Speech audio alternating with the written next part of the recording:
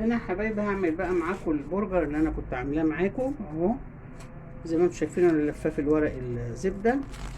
طلعته من الفريزر قبل ما نستعمله بحاجه بسيطه بس عشان الورقه تفك منه بسهوله. انا حاطه في الطنجره الجرانيت دي عشان ما تلزقش. انا عندي اللي هي الطاسه الجرانيت دي او الجريلا، بس بخاف منها ساعات بتلزق فيها الحاجه مش عارفه ليه.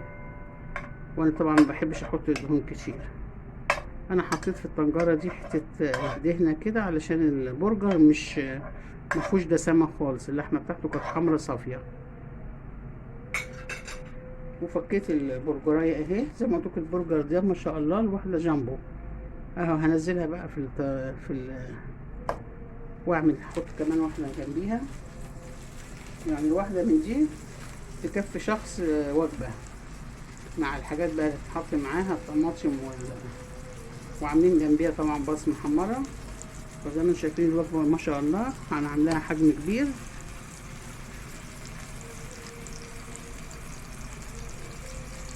هنشوحها بقى مع بعض كده على الناحيتين ونطلعها نحضرها نعملها سندوتشات في الكايزر. زي ما انتم شايفين كده انا لفتها على الناحيه التانيه يا حبايبي كده شويه وهطلعها. هنا بقى يا حبايبي هنحضر السندوتش. ادي البرجر الكايزر فتحته. ده الكايزر اللي انا جايباه جاهز اهو.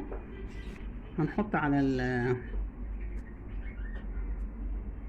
البرجر وهو سخن كده. عندي هنا اللي هو صوص البابريكا ده بيدي طعم جميل اهو. هنعصر عليه عصرة كده. ممكن تحطي ضغط، ممكن تحطي مايونيز، ممكن تحطي كاتشب اللي يعجبك.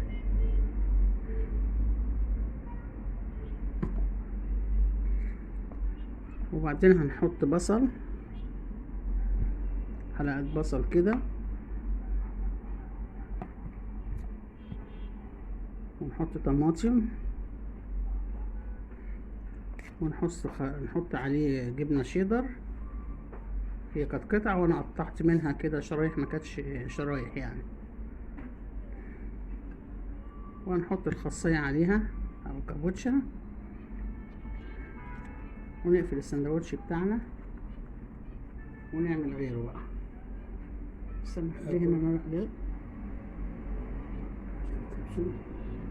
وكده حبايبي حضرنا السندوتشات الهمبرجر ومعانا صوص البرجر وعامل بصل محمره. وده سندوتشاتنا. يا رب تعجبكم الطريقه. خشوا الفيديو وشوفوا احنا عملناها ازاي. السلام عليكم، ازيكم يا حبايبي عاملين ايه؟ ان شاء الله حبايبي هعمل معاكم النهارده برجر بطريقه بسيطه وموفر. انا معايا هنا فول الصويا ده بنجيبه من عند العطار، ومعايا بصل مطحون، ومعايا اللحمه مفرومه اهي، ومعايا هنا البهارات بتاعتي بتاع دوت بابريكا وكمون وسبع بهارات وملح وجنزبيل وتوم باودر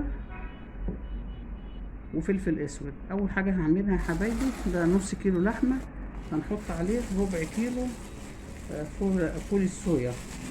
انا جايبه نص كيلو من عند العطار، هاخد نصه ونحطه ننقعه.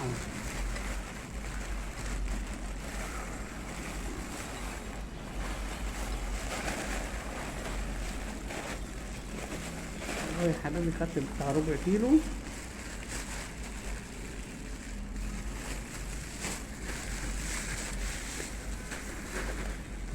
ننقعه بقى بالميه لمده نص ساعه وبعدين نكمل شغل مع بعض. هنحط عليه ميه، نغطيه بالميه ونسيبه نص ساعه وبعد كده نصفيه من الميه. متكتريش اكتر من نص ساعه. هو طبعا ما شاء الله هينفش ويزيد، فاحنا هنسيبه كده وبعد نص ساعة نعصره من المية ونبدأ نشتغل بيه. هنا يا حبايبي فول الصويا اهو نقع وزاد اهو، زاد الكمية مرة وشوية. هنبدأ بقى نصفيه ونحطه في الكبة ونحط عليه اللحمة والبهارات والبصل ونضربه في الكبة.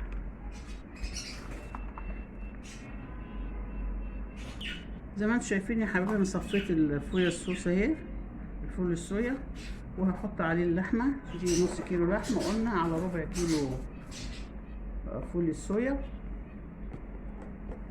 هي لحمه حمرا ما فيهاش دهون. لو انت حابه تحطي لحمه فيها دسامه شويه حطي، او تحطي حته ليا او دهنه براحتك. هحط بقى قيمه بصلايه صغيره مبشوره،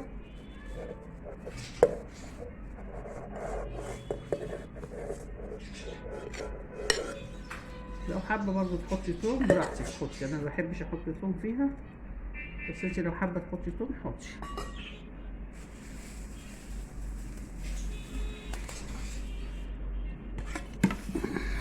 هنجيب بقى يا حبايبي البهارات بتاعتنا. قلنا جنزبيل وسبع بهارات وبابريكا وفلفل اسود وكمون وملح.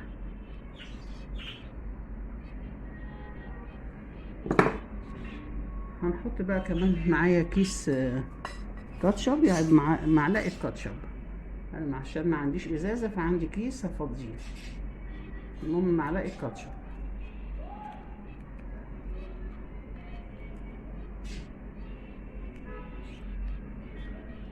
وهنحط بقى نغطيها ونضربها مع بعضيها.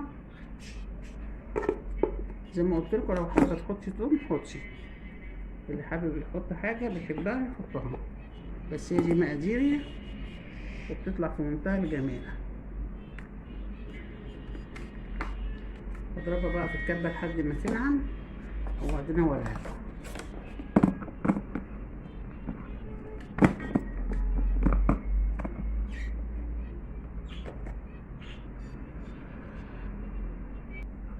لازم كل ضربتين كده يا حبايبي نقلبها علشان تبقى كلها متجانسه مع بعضيها.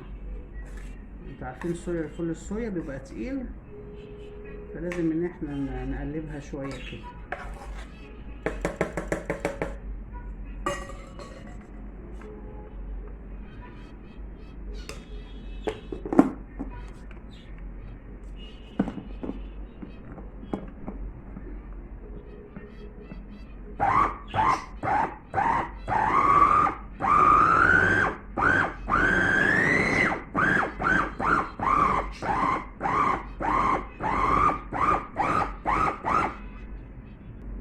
كده يا حبايبي انا عملت لحم البرجر اهو.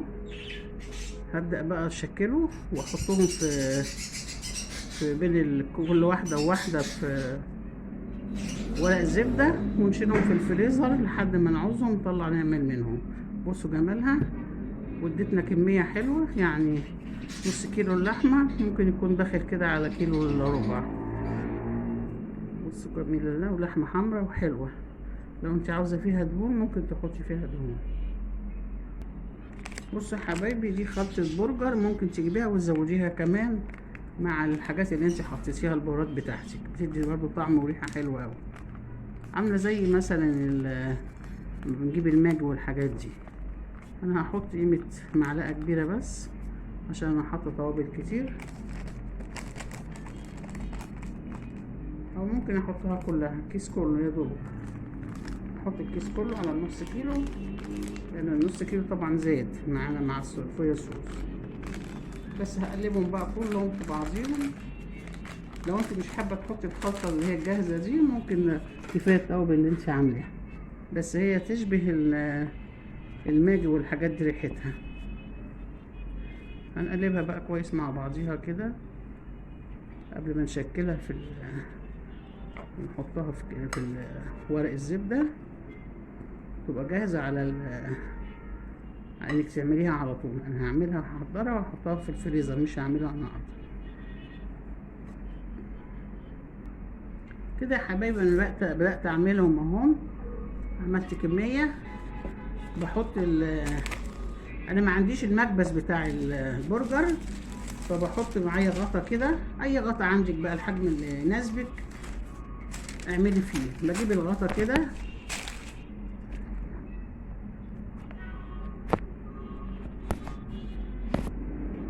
واخد بالمعلقه واحط اللحمه في الغطا كده واضغطها بالمعلقه كده. مش محتاجه يعني الحكايه، مش محتاجه. بص اللحمة ما شاء الله متماسكة بالفول الصويا، وريحتها جميلة جدا زي ريحة البرجر اللي بتجيبيه جاهز. كمان التوابل اللي احنا جبتها من بره الجاهزة دي مدياله الريحة الحلوة دي. اهو بنملى كده الغطا كده، نضغط عليه كويس كده اهو.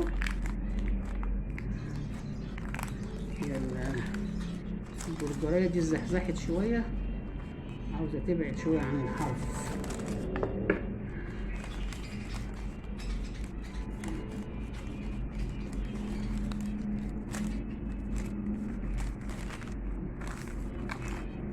هنظبط الورق كده الزبده.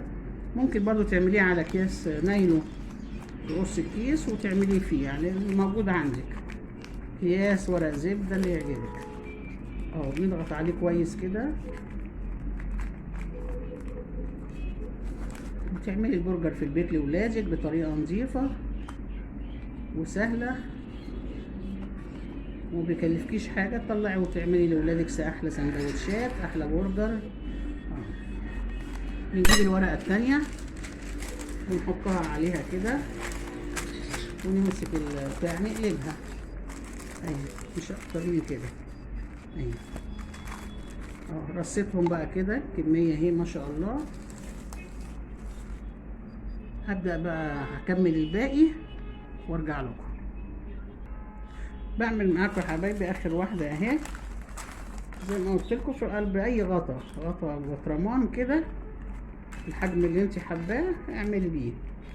اهي بنضغط كده وننزل من الجناب كده، انما اللي عنده مكبس بقى يعمل بيه. ان شاء الله المره الجايه اكون جبت مكبس اعمل لكم فيه ان شاء الله.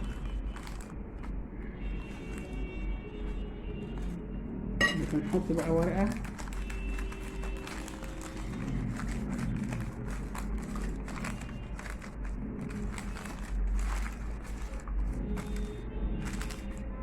فوق منها كده،